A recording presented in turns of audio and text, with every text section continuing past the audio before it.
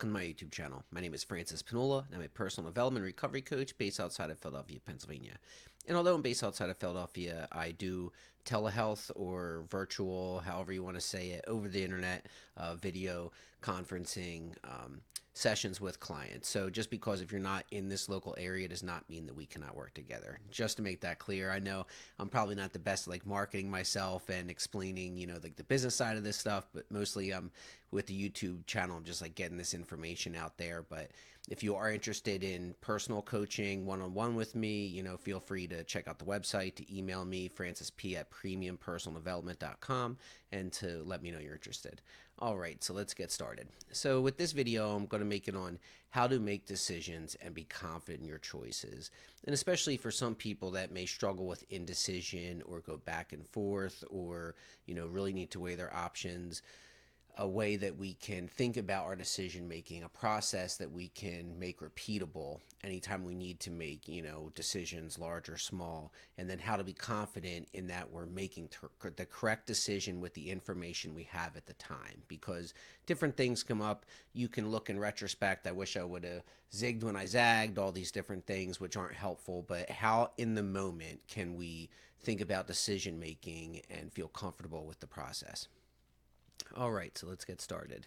So first, let's recognize that we're not going to be perfect. Hindsight is 20/20, but we're going to do our best with the information we have at the time. So new information, perspectives may always come to light. We're not going to beat ourselves up over choices we make. And I kind of got ahead of myself on the slide that I make, but this is, the concepts that I really want to share is that in the moment, if you're sitting there racking your brain over a decision, first of all, you need to let go and step back a moment and get comfortable with making the best decisions you can in the moment, and that getting used to looking after the fact, you can learn new information, new variables, new things for the next time we make a decision, but there's nothing we can do to change the past. So I just kind of want to touch on that concept because that's going to help with the comfortability of making choices, that you're going to make choices and they're going to be the wrong ones, and that's okay. This is a learning process. All right. So some example decisions, some things that you might be considering or thinking about, whether it's a new job, a new relationship, to relocate or to move to a different city, a different state, different country, what have you, to get a pet, where to go on vacation, food choices and portions, choosing a provider. Now, in this case, I meant like a mental health or physical health provider, someone providing services for you, or whether it's a massage therapist who does your hair, provider, any choice that you're making of the person you're going to for something, choosing insurance or career change. These are some different things that you might be thinking about or deciding on, and how can we set up a system, whether it's a job, relationship, a pet, vacation, to help us make these decisions instead of just like kind of flying by the seat of our pants. All right. So some questions I ask myself when I'm making a decision is like, what am I hoping to get out of this? How does this align with my current goals and values? Do I have all the information that I need? There are more steps I don't understand. Is this feasible for myself? Is this sustainable? Is this like a temporary thing that I'm just doing for some short period of time and then I'll be moving on to something else, or there'll be some change after that? What happens if I wait? Or if I do nothing, if I don't decide right now? What is the best outcome that I'm looking for? What is the worst potential outcome? What are some of the different ways that this thing can go? So this kind of when I'm thinking about the concept, whether it's, let's use the move to a different state, what am I hoping to get out of this? So I want better weather, I want to live in a city. I've lived in a rural area. It's not the case, but I want to move to the country. I'm hoping to get fresh air and sunshine and lots of space. That's some hope. How does this align with my goals and values? Well, I'm really into gardening and growing my own food and individualism, and so living on some kind of farm is going to help me with that. Do I have all the information? Probably not. There's probably stuff I'm going to have to learn along the way. Maybe I'm going to buy books. Maybe it's thinking about how I can get information while at living at this place? How can I learn more while I'm there? Who can I find out information from? Is this feasible? Like, can I do these things? Maybe I'm a person who's disabled and in a wheelchair, and it's going to be hard for me to have my own farm. Like, think about these things. Am I 65? Am I 30? Do I have the money? Do I have the resources to do this? Is this sustainable? Can I live on a farm? I'm just using this hypothetical example. Is this temporary? It sounds like this is something I'd be doing long term. Maybe let's move to a rural area for a couple of years and see how it goes. Maybe I'll rent a place instead of buying a place, that way I can kind of feel it out and then go from there. Look into employment. What happens if I wait or I do nothing? Okay, I stay here, keep doing what I'm doing. Maybe some time passes me by. I don't get the experience living in a rural area, but I'll save that for later in life. What is the best outcome? I get there and I love it. Farming and me really go hand in hand, and this is a dream come true. The worst outcome is, turns out I'm really not great or enjoy any of these things. Turns out I'm actually a city person, don't really care for farming, what have you.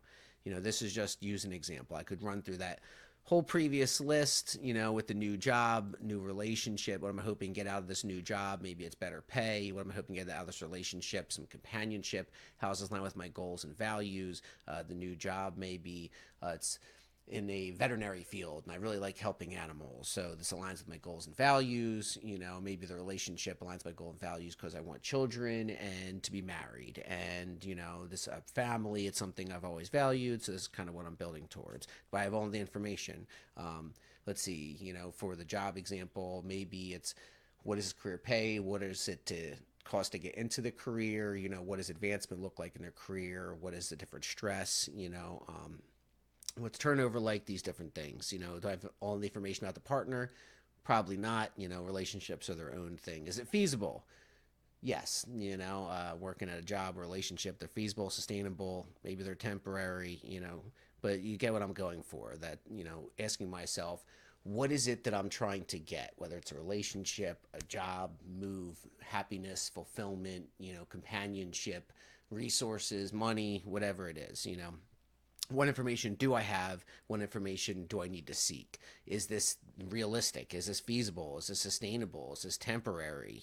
Like, how important is this to me? What happens if I just don't do anything and put this off for another 5, 10 years, a year, 6 months, what have you? What's the best outcome? For the job, I get the new job, I love it. For the relationship, it's tremendous. We have kids, live our lives together, become grandparents. It's wonderful.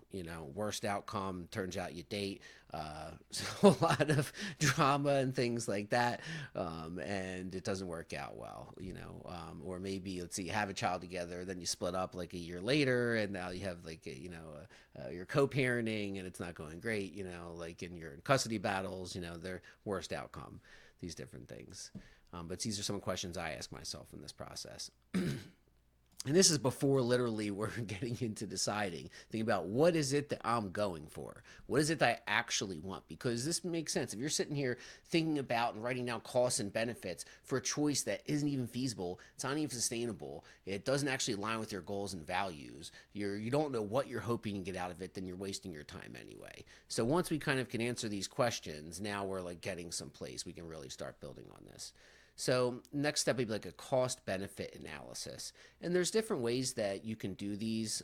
There's ones that are for companies making a business decision. Like, if we spend this money on this new part of our factory and invest in this, is this going to pay off in a year, 5 years, 3 years, 10 years? What is the return on the investment? What is my cost versus my benefit? The risk versus the reward? Like, what are the pros and the cons versus doing something or not doing it? And we're going to look at this in the concept, in the context of decision making, whether it's recovery, your personal life, things like this, whereas businesses are looking economically. But sometimes it can be economic factors that factor into your decision making for yourself. So I'm going to go through a couple of these different example decisions, and this is what I would actually do, like literally on either 4 quadrants. We're going to do one just pros and cons, more simple left and right columns, but like, what happens if I say yes to this thing? What happens if I say no? Or you can have one for each. If you're choosing between, say, 2 employers, what happens if I say yes to this one and no to this one? What happens if I say yes to this one? So I'd have a couple of these different sheets to kind of look at and compare. So let's see. So let's say I'm currently employed and I'm looking at a new job. But with the new job, some of the costs, some of the cons, if you will, if I say yes, be it's a further commute, I'm going to spend more gas money. Maybe I'll have less free time because I'm driving further both ways. Maybe there's more work and responsibility. It's a little bit less fulfilling. Maybe I really like my current role. Maybe this is more managerial. I don't really care for that, but I'll get paid more. But it's also at a farther location.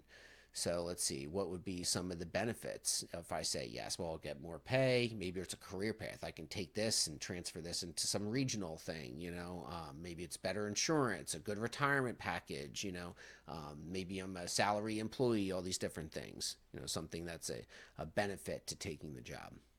What happens if I say no? Well, I won't get that raise. I'll have less pay. I won't be currently growing for my current role. Maybe I'm delaying some of the goals that I'm working towards. Maybe if there's something I want to move or I want another vehicle or different things, that I'm working towards, maybe it delays that. Or maybe part of my goals is to advance. And it's okay. I can advance in a managerial way on this track, or I can wait and advance in my own role or a different kind of role, but it might take more time. But maybe if I say no, I'll have less work stress because I really enjoy my current role. I'll have more free time because I'm not commuting as far. Really enjoy my current job, and there's no change. There's no things that I have to adapt to and change how my schedule looks, how my life looks. How I go about my daily 9 to 5, which for a lot of people, comfort, and the familiar can be a benefit. So that's an example of like taking a different job. Let's say another one. Let's say use drugs. This is a particular recovery example, and this is one of the ones that I had done in my recovery with this is like, the decision to get high, to use, to relapse. What would be some of the costs? Maybe we'll have worse health or a death. Maybe have legal issues, money issues, ruin my relationships, detract from my career, distract from my goals. Now, one part that sometimes they won't really cover sometimes in recovery, depending on the type of recovery treatment, but it's something to understand about yourself in order to see what were you going for in the using drugs, or what were some of the benefits. Maybe I feel good, it relieves some of my stress. It's a distraction, a social lubricant, meaning like it's easier to talk to people at parties, what have you. It's a common one. Maybe it relieves pain. Maybe it helps people disassociate, helps me not be bored. Right, so now when I'm looking at this benefits of something, how can I get suppose with the job, how can I get the benefits, more pay, but maybe it's something closer. I don't have the commute, the different responsibility. Maybe with the doing drugs, how can I feel good without having all these risk of death, legal issues, something that cops aren't going to yell at me for, something that's not going to tank my relationships or my career, take away from my goals. How can I relieve pain in a healthy way? It's not going to get me locked up, going to get me killed, all these different things. How can I be less bored, enjoy myself, have a good time without all these negatives? Now, what would be some of the costs to not using? Suppose you're currently addicted, maybe it's withdrawal. So maybe like that initial stopping, not using drugs is going to be a difficult process. Maybe you're going to have more anxiety inhibitions, maybe other people's judgment, maybe the people that you've been hanging out with. Suppose that, if you're a person who drinks normally and now you go to parties and say you don't drink, you're afraid of other people looking at you funny when you say you don't drink, or, that for a lot of people, that's like a stigma issue. And they don't want that in their life, or they don't want people kind of looking at them funny, like, what's the matter with you, why you can't drink, why you can't do drugs. Whereas I turn it into like a comedic thing, like, trust me, you don't want to get me started, or maybe it's for other people, it's pain. So maybe if you've been using to relieve pain and not using my substance of choice, I'm going to have perhaps more physical pain, than I would. So once again, how can we manage that? How can we work on these things without all these negatives of the death, legal issues, etc.? And maybe the cost is you're not working on yourself, that you're not growing, you're stagnating, you're keeping yourself in the same position, and not going for your goals because of the use. So with not using, what would be some of the benefits? Better health, better relationships, more money in your pocket, no legal trouble, not looking over your shoulder constantly, having that peace of mind, and liking yourself. Be able to look at yourself in the mirror and enjoy the person that you are, like who you're becoming, like how you live your goals and your values. These are some of the benefits to not using. And when this is really laid out in front of you, it helps me make the choice because I know it makes sense, that whether it's the job, the relationship, the not using, like on paper, I've done the math, as I call it. And I want the health. I want better health relationships, more money in my pocket. I don't want legal trouble. I want that peace of mind. So understand what I was going for and how can I get it in a healthy way without all the negatives. I can improve my life, improve how I feel overall. Let's see.